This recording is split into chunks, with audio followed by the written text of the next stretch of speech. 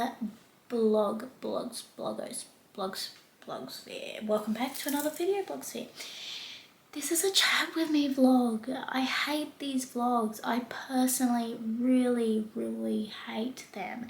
But I feel like in everyone's YouTube channel, you need to have a sit down vlog, because if you just keep filming and none of your videos make sense of where you were last to now, the whole world's gonna be confused, girl.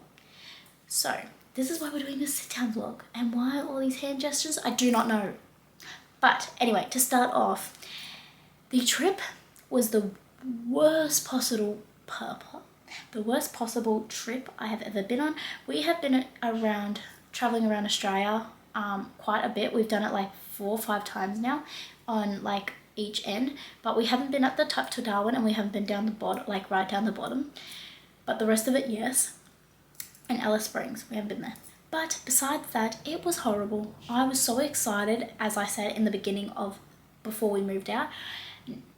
I jinxed it because it was awful. For starters, one night we arrived at an accommodation at 5 p.m. and we were like, all right, set. We didn't book ahead because we didn't think we needed to, because of how remote the areas were. Turns out you really need to book really badly, and we didn't know, and we didn't do it, and just and basically we were there till 7 p.m.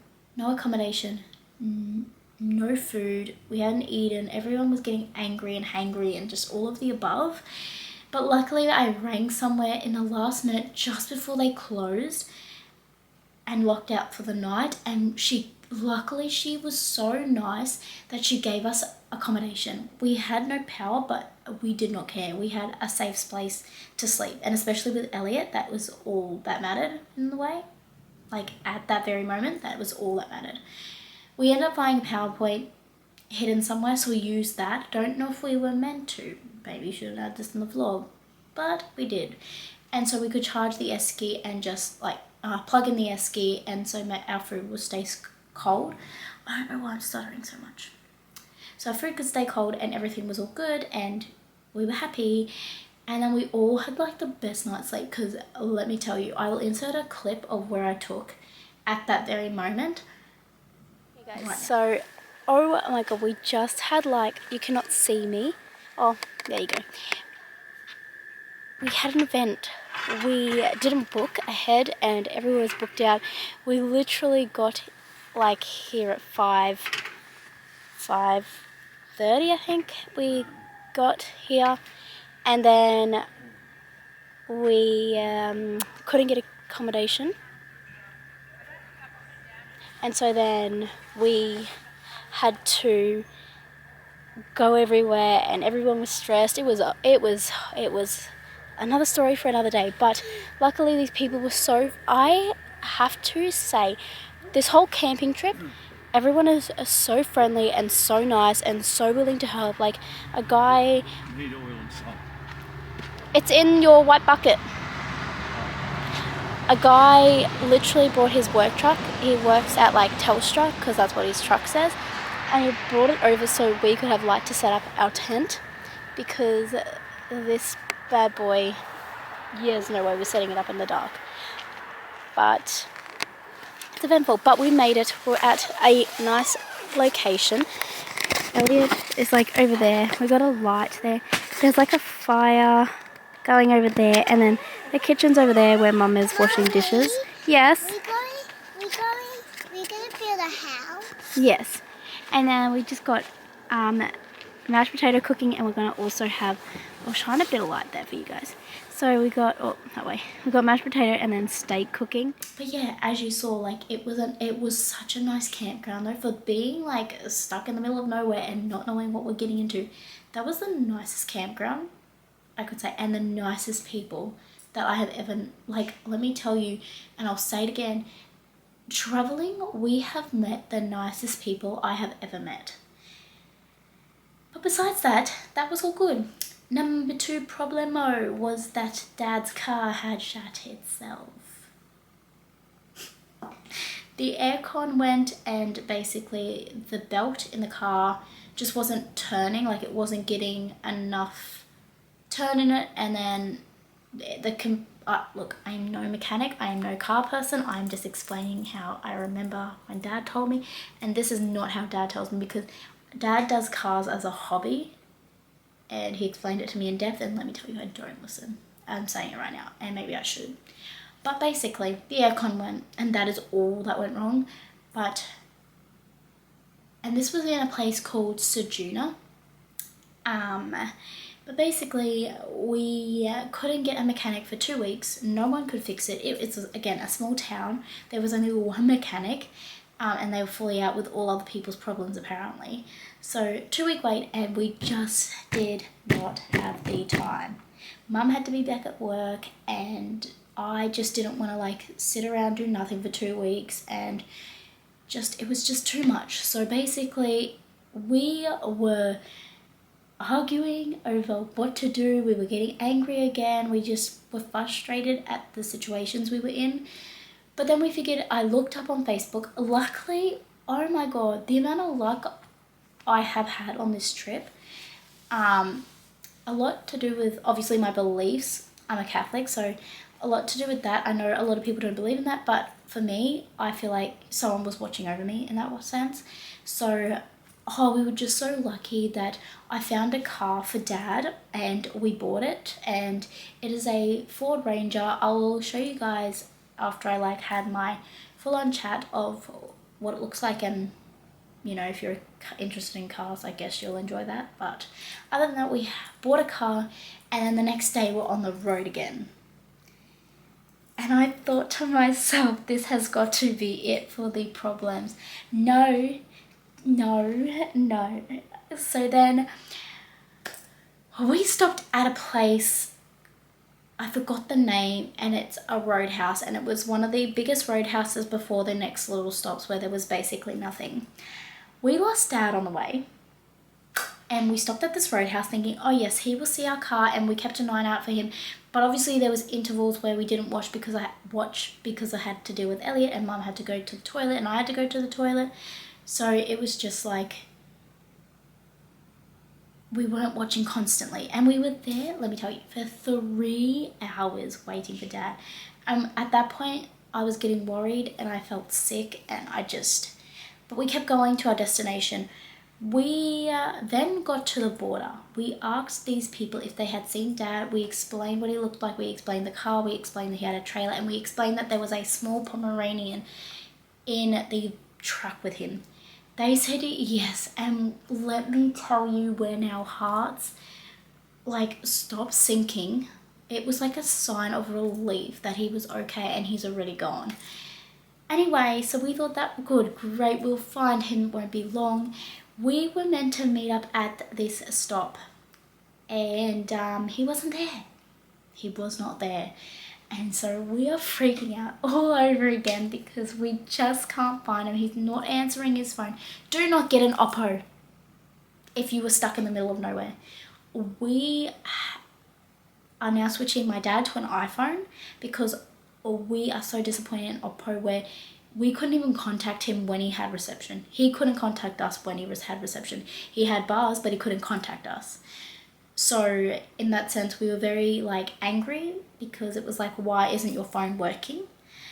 Anyway, besides that, we kept driving, and finally it was getting too late, and we had not seen Dad. We called the police. We called the border. The police, let me tell you, the Queensland police, no, not Queensland, South Australian police is absolutely horrific. In the sense of, we were trying to call for my dad's welfare, and all they could say is, we can't do anything. I don't know if that is true. It might be like they can't do anything until he's missing for a certain amount of time, but it is a welfare check, and they said basically they can't do anything. So I said, okay, that's fine. Like, we weren't in the midst of mucking around and arguing with them at all either. Like, they have obviously higher priorities as well. Like, everything is happened and it's done. So then we crossed the border to obviously WA, and I called the WA police. Let me tell you, the WA police, I have massive respects to them. they did not hesitate to ask me all the questions of what Dad was wearing, what car he has, what how old is he, his height, his eye color. Like, they asked everything. I kept trying, and then after I did all that with the police, and again they confirmed that Dad did cross the border at 11:50, so basically 12 o'clock he crossed the border. And we were already staying in a cabin because we didn't continue. One, we had Elliot again. Two, you do not drive at night time. There is just too many stray animals, and it's just risking your own life as well. When you're tired, there's animals, it's just not a good vibe. So anyway, we got in the cabin. I cried a lot that night. I personally am a Dad's girl. I cannot see myself without Dad when he's got so long to go with his life. So I felt like my whole world basically, like if it was Elliot, it would be the same. Like my whole world fell apart in a split second. So anyway, I was constantly calling Dad and I was trying to get a hold of him, couldn't. So then I gave it a break for a bit, and Mum wanted me to get like a toothbrush and toothpaste because all of our stuff was with Dad. So then I went up and I got all that stuff, but when I went out the door, backtrack, sorry. So I went to go get the toothbrush and toothpaste. I ended up calling the next the next caravan place up, after hours. And I said, look, if a man comes in there of this name, can you please just let him like call me back? We've already notified the police. We just need to know like his welfare check. He's like, of course, everything. Anyway, so I bring the stuff back, and then I had to go back up again because I forgot something else. I can't even remember now. And as soon as I went out, I got a call from the number, and I answered, and it was Dad. And let me tell you, I was so angry, but I was like, the happiness took over the anger, because I physically was like, you cannot do this to us again. Like, here we are. Mum is almost crying, but Mum is a bit like tougher than me, really tough. So she wasn't crying, but I could see she was stressed and it was getting to her. So anyway, I was really like hard on Dad. I was like, don't you move tomorrow. You stay where you are. We will come to you and we'll all meet up. So then we got up at 5:30 in the morning and we met up with Dad, and everything was all good, and we travelled the rest of the way. And the main thing is we found him. The police we contacted again, obviously, to let him know that we had found Dad, so then they don't have to keep looking.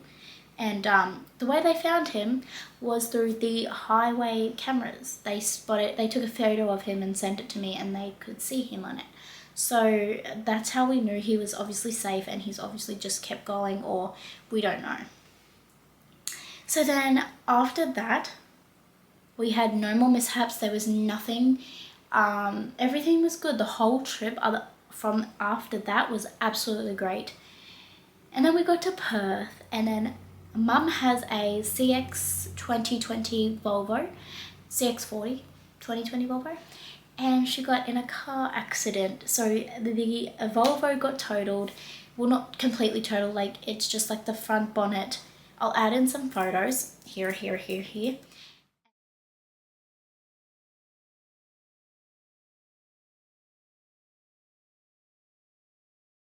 And basically it is still not fixed. It is getting fixed. Obviously the insurance covers it, but obviously it was a mistake. Like, you know, in Perth you got to be careful, and it's just like, it was just too close to call, like, and when you're merging into a lane and then someone brakes, that's where the car hit.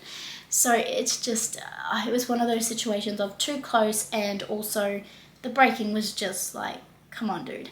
But he was such a nice guy. Like, it was obviously our fault, so it wasn't his fault in any way. So I don't know why I'm like, come on dude, because it wasn't even his fault. It was probably the car in front of his fault, and he had no choice, otherwise he would hit his car. Anyway, we did it for him. We hit it anyway. But that was that. So now Mum's car is currently getting fixed. She had to travel by bus back to where we live, and yeah, her car is still not fixed yet, but it's getting there. I did call them last week, and they said they should be getting back to us this week sometime. yeah, but that was our trip, guys. That literally was our trip, and let me tell you, it was hell.